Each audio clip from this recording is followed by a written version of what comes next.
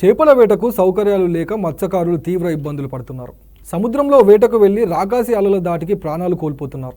జెట్టీలు నిర్మిస్తామని గత సర్కార్ హామీ ఇచ్చి విస్మరించింది. ప్రస్తుత కూటమి ప్రభుత్వం చొరవ తీసుకొని జెట్టీలు నిర్మించాలని మత్స్యకారులు కోరుతున్నారు. ఆంధ్రప్రదేశ్లోని శ్రీకాకుళం జిల్లాకు 193 కిలోమీటర్ల సువిశాల సముద్ర తీరం ఉంది.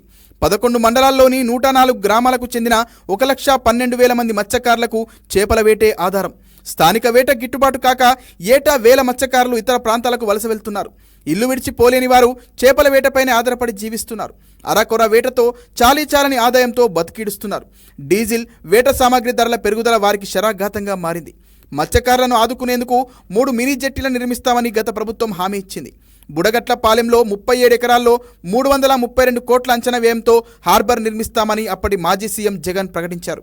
వజ్రపు కొత్తూరు మండలం నువ్వులరేవు, మంచినీళ్లపేట మధ్య 13 ఎకరాల్లో టీ జెట్టి నిర్మిస్తామని చెప్పారు.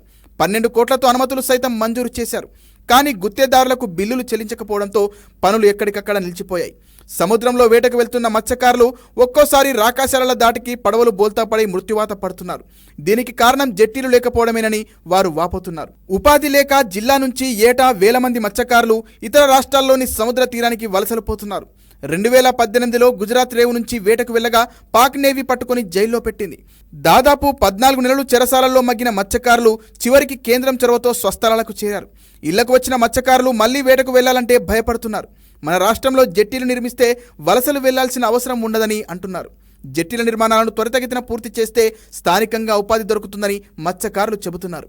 ఆ దిశగా కూటమి ప్రభుత్వం చొరవ తీసుకోవాలని వారు కోరుతున్నారు.